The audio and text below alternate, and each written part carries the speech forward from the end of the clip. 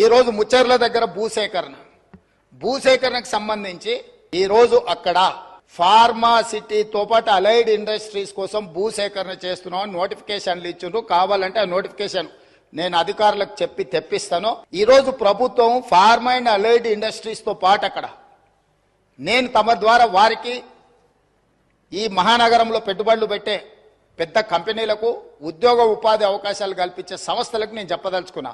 అక్కడ skill university, young India skill university రేపు సాయంత్రం 4 గంటలకు ప్రారంభించబోతున్నాం. ఈ రోజు హైటెక్ సిటీ దగ్గర ఉన్న నేషనల్ అకాడమిక్ ఆఫ్ కన్స్ట్రక్షన్ NACని మేము అక్కడికి షిఫ్ట్ చేసి పెద్ద ఎత్తున స్కిల్ సెమీ స్కిల్డ్ అందరికీ నిరుద్యోగ యువకులకు నేర్పించాలి. అక్కడికి దాన్ని బదిలీ చేసి అక్కడ పెద్ద ఎత్తున వ్యవస్థను ఏర్పాటు చేయాలనుకుంటున్నాం.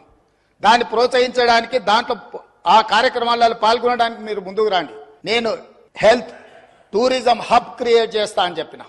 స్పోర్ట్స్ యూనివర్సిటీస్, ఈరోజు యువకులు గంజాయి అని డ్రగ్స్ అని ఉద్యోగ ఉపాధి అవకాశాలు దొరకక వ్యసనాలకు లోనయ్యి తప్పుదోవ పడుతున్నారు. కాబట్టి తెలంగాణ సమాజంలో ఉన్న లక్షలాది మంది నిరుద్యోగ యువకులకు ఒక సాంకేతిక నైపుణ్యం నేర్పించి ఈ రాష్ట్రం ఈ దేశంలోనే కాదు మిడిల్ ఈస్ట్ కంట్రీస్ నుంచి వివిధ దేశాలకు వెళ్ళి ఉద్యోగ ఉపాధి అవకాశాలు పొందాలి అని చెప్పి అక్కడ స్కిల్ యూనివర్సిటీతో పాటు ఇతర దానికి సంబంధించిన నైపుణ్యం కలిగిన విద్యా అవకాశాలు కల్పించే యూనివర్సిటీలకు నేను అక్కడ అవకాశం ఇస్తా అని చెప్పిన అధ్యక్ష. అదేవిధంగా హెల్త్ టూరిజం, ఈ రోజు భారతదేశంలో ముఖ్యంగా హెల్త్ సిటీగా డెవలప్ అయిన హైదరాబాద్కి వేలాది మంది ఇక్కడికి రావాలనుకుంటున్నారు అధ్యక్ష.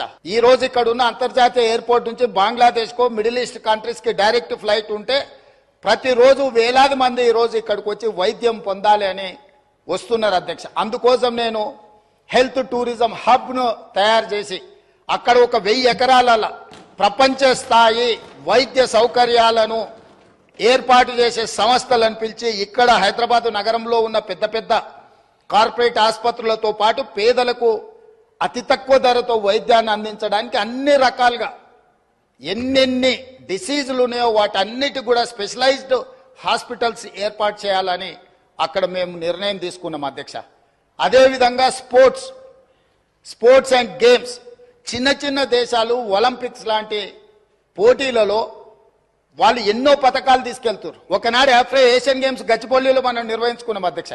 అంతర్జాతీయ స్థాయిలో ఆటల పోటీలు నిర్వహించుకున్న హైదరాబాద్ రాష్ట్రము తెలంగాణ ఈరోజు ఆనాడు నిర్మించిన ఇన్ఫ్రాస్ట్రక్చర్ని ఈరోజు మనము అసలు ఎలాంటి ఉపయోగం లేకుండా నిరుపయోగంగా తాగుబోతులకు అడ్డాగా ఈ స్టేడియంలన్నీ మారుతున్నాయి. అందుకే ఈరోజు ఉన్న స్టేడియంలతో పాటు అక్కడ ఒక స్పోర్ట్స్ యూనివర్సిటీని పెట్టి అంతర్జాతీయ ప్రమాణాలతో ఈ దేశంలో ఉండే యువకులకు అందరికీ ఇక్కడ శిక్షణ ఇవ్వడానికి అన్ని ఏర్పాట్లు చేయాలని మేము అక్కడ ప్రయత్నం చేస్తున్నాం అధ్యక్ష. ఇవాళ యువకులకును క్రీడల వైపు ప్రోత్సహించాలన్న ఆలోచనతో అక్కడ ఒక స్పోర్ట్స్ యూనివర్సిటీ, ఒక స్పోర్ట్స్ హబ్ చేయాలనుకుంటున్నాం అధ్యక్ష. అంతర్జాతీయ ప్రమాణాలతో క్రికెట్ నిర్వహించడానికి అక్కడ ఒక స్టేడియం నిర్మించడానికి BCCIతో నేను మాట్లాడిన అధ్యక్ష. ఈ విధంగా ఒక్కొక్కటి ప్రపంచ స్థాయిలో అంతర్జాతీయ ప్రమాణాలు కలిగిన అన్నింటినీ ఆ ముచ్చెర్ల ప్రాంతంలో తీసుకొచ్చి ఈరోజు ఫార్మా వార్ సిటీ అన్నారు, నేనన్న ఫార్మా విలేజ్లు అన్నా.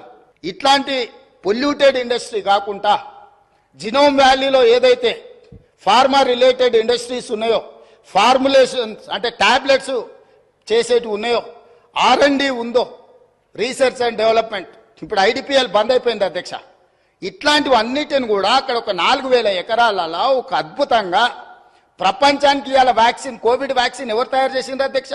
ప్రపంచంలో 4 వ్యాక్సిన్లు ఉంటే 3 వ్యాక్సిన్లు మనం తయారు చేసినాం అధ్యక్ష. భారతదేశంలో 4 వ్యాక్సిన్లు వస్తే 3 మన దగ్గర ఉన్నాయి, ఒకటి పూణే నుంచి వచ్చింది అధ్యక్ష. అదేవిధంగా మా మిత్రుడు శ్రీధర్ బాబు గారు ఉన్నారు. ఇవాళ ఆర్టిఫిషియల్ ఇంటెలిజెన్స్ ఈరోజు ప్రపంచాన్నే ఏలుతుంది. ఈరోజు ఏం కావాలన్నా అద్భుతాలు సృష్టిస్తుంది. ఆర్టిఫిషియల్ ఇంటెలిజెన్స్ ఈరోజు అగ్రికల్చర్కి, సింక్రనైజ్ అగ్రికల్చర్ కూడా మొత్తం దాన్ని అనుసంధానం చేసి ఇతర వృత్తులకు అనుసంధానం చేసి ఈరోజు ప్రపంచం అంతా IT రంగం నుంచి ఆర్టిఫిషియల్ ఇంటెలిజెన్స్ అటువైపు వెళ్తున్నది అధ్యక్ష. అక్కడ 200 ఎకరాల ఒక ఆర్టిఫిషియల్ ఇంటెలిజెన్స్ హబ్ను పెట్టి ప్రపంచ స్థాయిలో పేరుగాంచిన సంస్థలను అక్కడ తీసుకొచ్చి అక్కడ ఏర్పాటు చేయాలని మేము ప్రయత్నం చేస్తున్నాం అధ్యక్ష. రోజుకు 18 గంటల అధికారులను సమన్వయం చేసుకుంటూ ప్రపంచంలో ఉన్న ప్రతి ఒక్కరిని మేము సంప్రదిస్తూ ముందుకెళ్తున్నాం.